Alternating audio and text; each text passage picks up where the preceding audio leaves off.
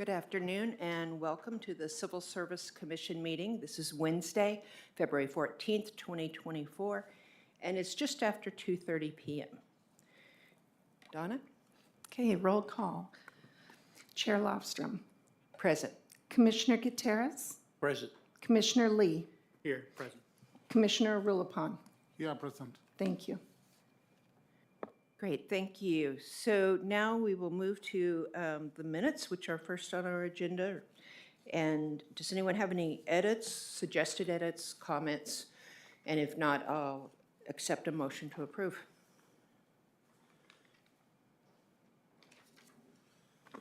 Yeah, I'll move that we approve the minutes as presented. I'll second. Okay, everyone in favor say aye. Aye. Aye. Oppose? And the motion passed. Now we are moving to the nomination and election of 2024 Civil Service Commission Chairperson and Vice Chairperson.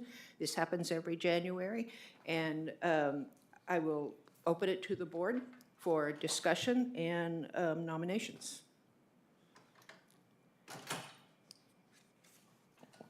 And for all our new commissioners, at this point in the process, you're able to either nominate yourself or another member, and it can be put up to vote for a second.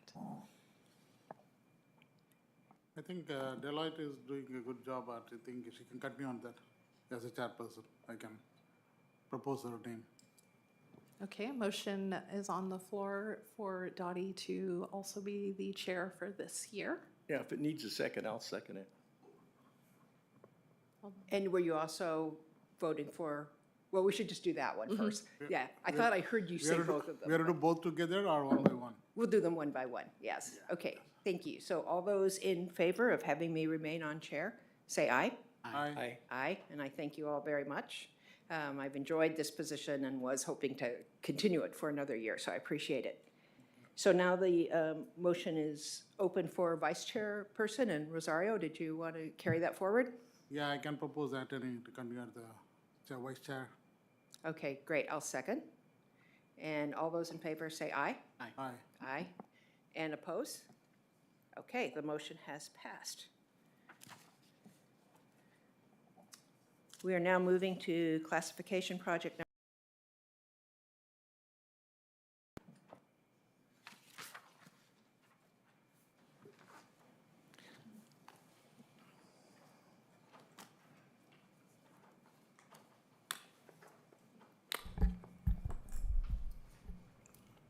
Good afternoon, Chair Lofstrom and Commissioners. Amy Brimmer from Human Resources.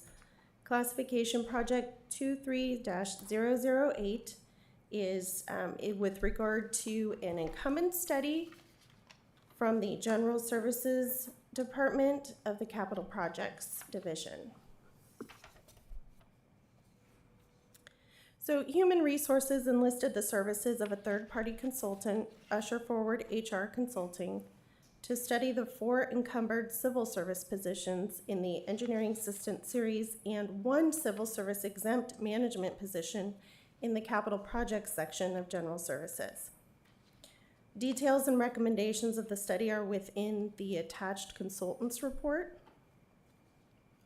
In summary, the study reviewed each position and determined that all should be reclassified into a new classification series. Each classification in the capital projects management specialist series is aligned with what the findings are from the consultant report per the study of each position. And so there is a series requested for you to adopt that goes from level 1 entry, 2 journey, 3 advanced journey, and then the higher level is supervisory. Keep in mind that we have 4 incumbents and the determination was to reclassify them into each various levels respectively, with exception of the advanced journey. And that was the level that was identified through a consultant through the consultant that would potentially be a future need for the department. And so in consulting with the department, they agreed upon that. And so there's 1 additional classification we're asking you to adopt, into which there won't be anyone reclassified, but we're hoping that you also approve that as well, so that for the future, we can provide for appropriate distribution of work and growth. A few points of mention for this particular study. One additional point of mention is that in the consultant report, at the time the study was conducted, we had encumbered 2 positions in the level 1 portion of the existing engineering assistant series. Because of the duration and time that it had taken to complete the study and get the report and results out to you, we have now seen that those 2 incumbents are actually qualified to staff up to and be appointed to the level 2. And so should you approve the results of the study today, once these new classifications are approved and they are, the classifications and then further approved for the position reallocations by the Board of Supervisors, then we can actually appoint those 2 individuals at the level 2 of the new classification series. I think that's pretty much it. We did consult with General Services and the affected incumbents, as is typical, to look at a draft of this before it is presented and agendized for you. And there weren't any concerns presented by any parties, including SEIU, who was also notified about this on February 1st. And they agreed to our recommendation as presented. So we do have Marcia Cunningham, Director of General Services, as well as Connie Hart, Assistant Director of General Services here. Should you have any questions of the department? I have to say that I can't vote on this because I just got my package 1 o'clock today. So, but I'll just abstain. If you've had chances to go through it yourselves and want to move on it, that's fine with me. But I don't feel comfortable myself voting on it because I haven't had a chance to review that. But either the study report or the classifications. So we can, just want to let you know that, so you go ahead and discuss what you want to do. Thank you, Tony, and we do have a quorum, so it's going to work out okay. So thank you for that. You bet. Does anyone have any comments or questions that you want to ask? The only comment I would say is I'm fully agreeable to it, and thank you for the study. That was really helpful in seeing the amount of responsibility each position has and breaking that up into 2 makes sense. Given that, correct me if I'm wrong, the study says that this was actually a temporary position, was intended to be temporary, so we're actually now making it permanent? Or The positions have been regular full-time positions. Just The the title. classification Yes. titles were, I believe, initially intended to be temporary Yes. and are written actually for exclusive use at the Public Works Department, where they also use engineering assistants. Yeah, it states that in the report, and we all just read it, so it's very fresh in our minds. So, yeah. So I have a couple minor things. Well, one minor, one's more substantive. The first one, let me get to the actual thing. On the specialist 1 and 2, well, let's just start with 1 because it's the same on all of them. On item 6, talking about being a liaison, and the last part of that says represents the division in meetings.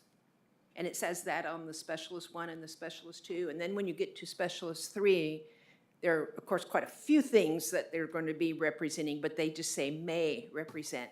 And it just struck me that you just might want to add a may represent the division in meetings and be consistent with the other one, or take the may out. I don't care, but I wanted to point out that slight inconsistency. Did you see it? Yeah.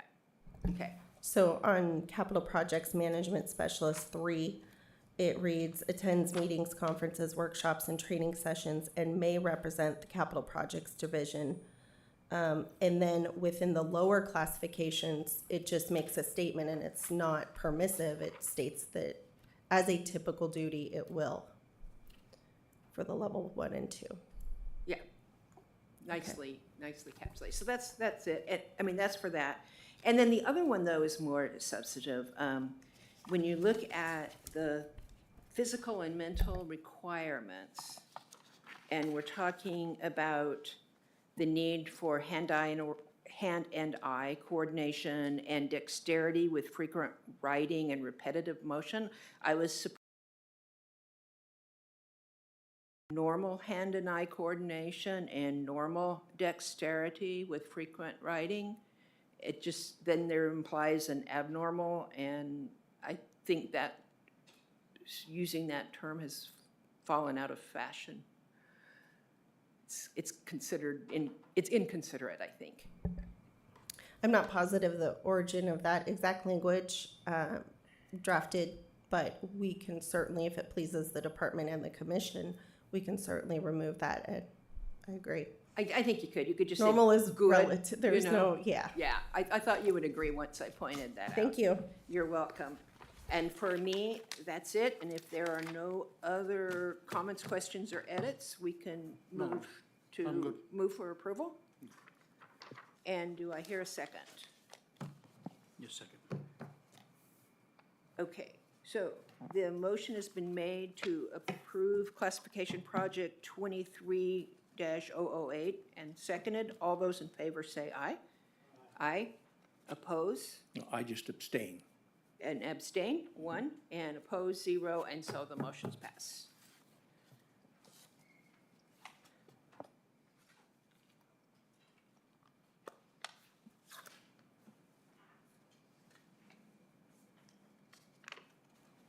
And thank you very much for coming. We really appreciate it. Thank you very much. Yeah.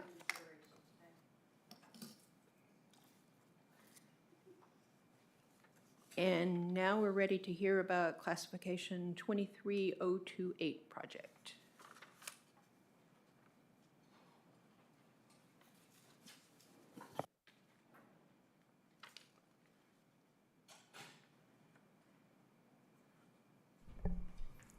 Thank you, Chairman Lofstrom and the board members.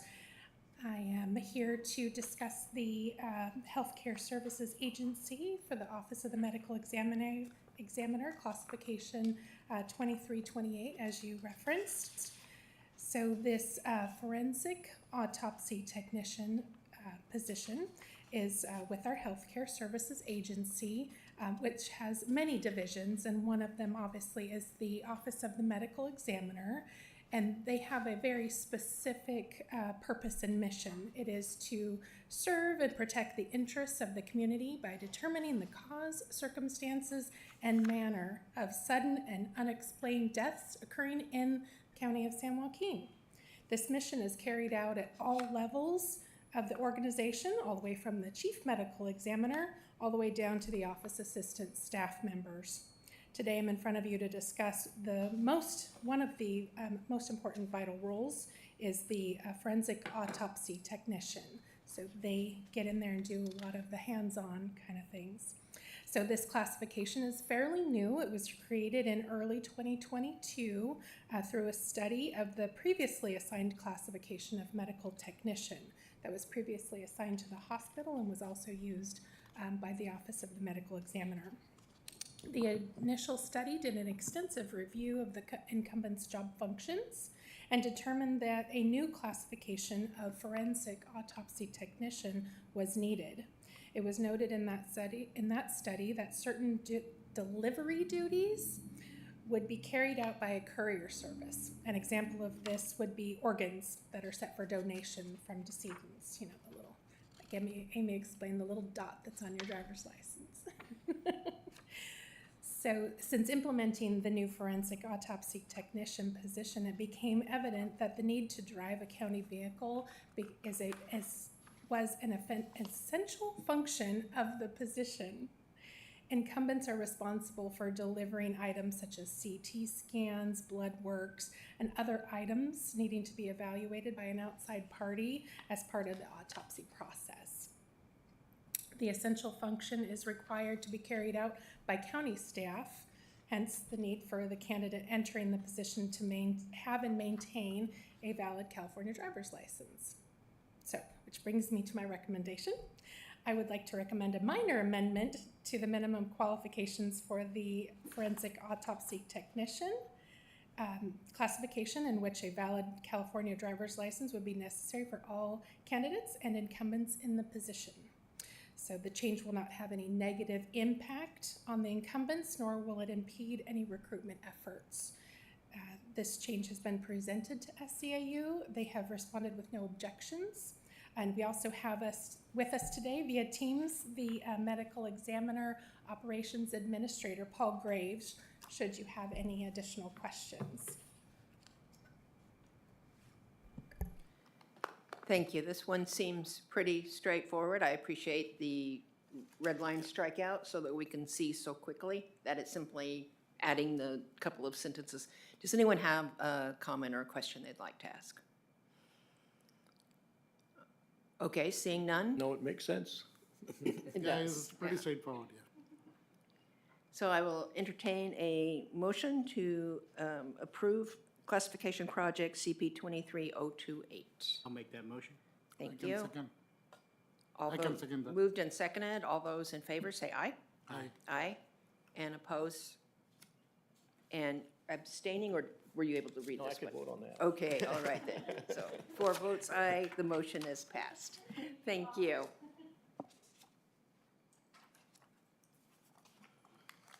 We are moving on to public comment, and my computer went dead here, so give me just a moment.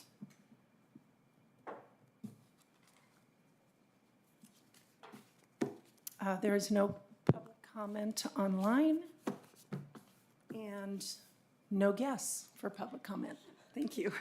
Okay. Okay, thank you.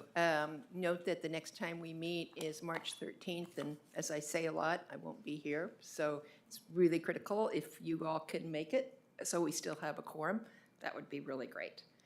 Yeah, I won't be able to be here on April 10th. Okay, that's helpful to know ahead of time like Right. that, yeah. And with that, we have no other business, so this meeting is adjourned.